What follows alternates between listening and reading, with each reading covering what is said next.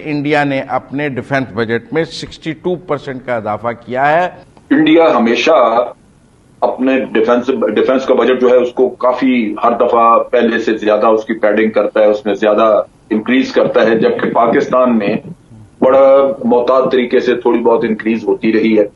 और उसकी बड़ी जाहिर वजह है कि एक बड़ा मुल्क है, उसके फाइनेंशियल रिसोर्सेज ज्यादा है और वो अफोर्ड करता है, जबकि हमारा मुल्क अफोर्ड नहीं करता। साफ ने पिछले 3 साल से पाकिस्तान का दिफाई बजट एक जगह पर मुंजमद किया हुआ है और उसको बढ़ाया नहीं जा रहा।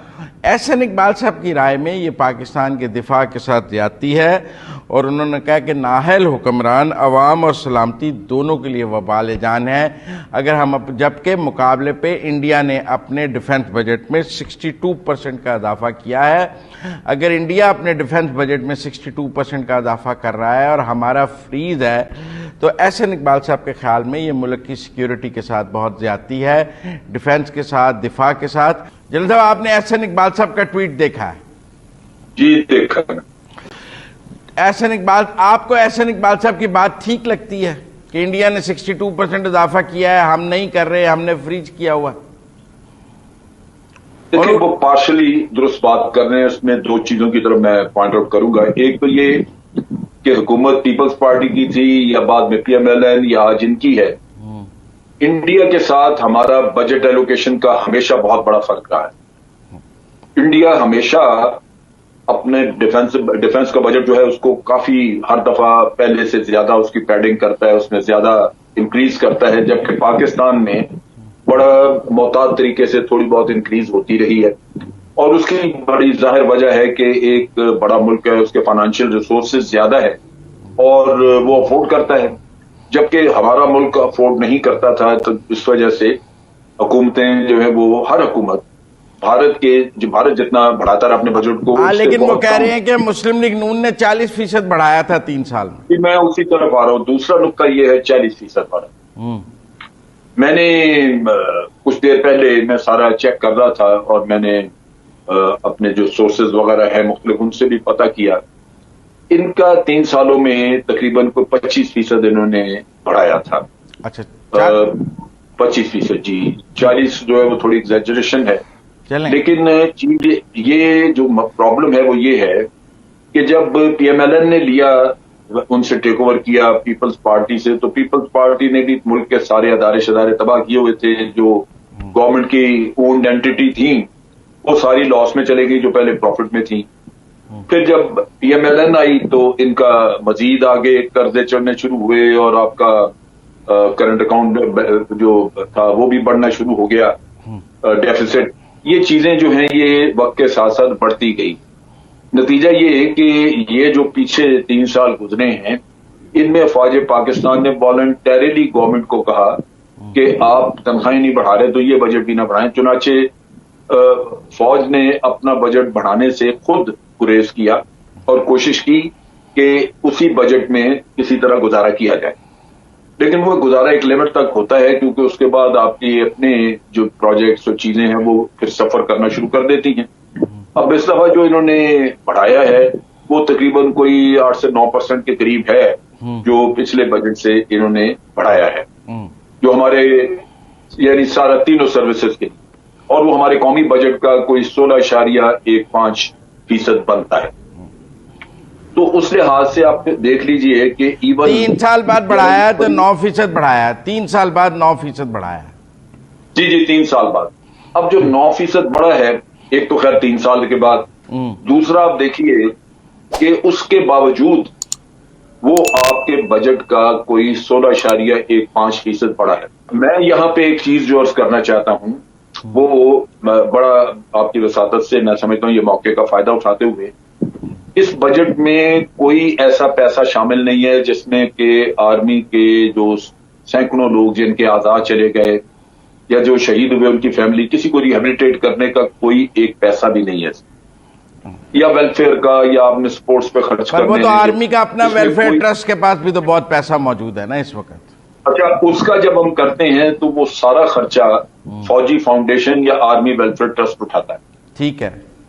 वो आपको मसलन फौजी फाउंडेशन ने अभी CMH में लगा के दिया है आर्टिफिशियल लिम्स का प्लांट। गवर्नमेंट ने कोई पैसा नहीं दिया। ठीक अब है, वो जितने भी आजाद लोग खो गए, उनके आजाद लगाने के लिए वो सिविल के लोगों को भी और आर्मी के भी वो वहां से आजाद बना के देते हैं, लगाने का काम करते हैं। इसी तरह बेशुमार चीजें हैं। मैं इसलिए ये मुदम्मल साहब, मैं इसलिए ये जिक्र कर रहा हूं कि ये जो लोग आर्मी से जल्दी रिटायर हो जाते हैं या जिनके आजाद चले गए या जो शहीद हो गए, हकीकतन वो कौम की जिम्मेदारी होते हैं। लेकिन चूंकि कौम हमारी फाइनेंशियली उतनी स्ट्रांग नहीं है, इकोनॉमी ऐसी नहीं है, तो नहीं कर सकते। लेकिन at the same time army ये भी नहीं अफोर्ड करती कि लोगों को इसी तरह छोड़ दे, वो तो आर्मी ज्वाइन ही कोई नहीं करेगा। अच्छा, कभी आएगा ही नहीं। मैं ये जानना चाहता हूं कि ये जो 16% मिल रहा है, मौजूदा जो हमारी सरहदी जरूरियात हैं, दिफाई जरूरियात हैं, आप काफी समझते हैं या आपके ख्याल में इजाफा होना चाहिए था, इसको वापस 18 या 19% पे जाना चाहिए? मेरा अपना ख्याल है कि जिस तरह महंगाई की शरह है, क्योंकि डॉलर रेट का बड़ा फर्क पड़ गया उस वक्त से और आज के वक्त से, और इसमें लाजमन आपने कुछ न कुछ प्रोक्योरमेंट्स भी करनी होती हैं, तो ये तो आपको बजट जो है वो तकरीबन 20-21% चाहिए था।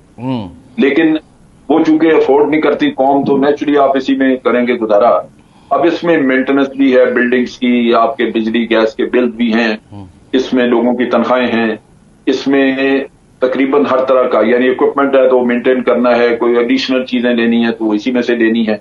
लोग कहते हैं डीएचए भी इसी में से बनते हैं। मुदम्मिल साहब, ये बड़ी इंटरेस्टिंग चीज है।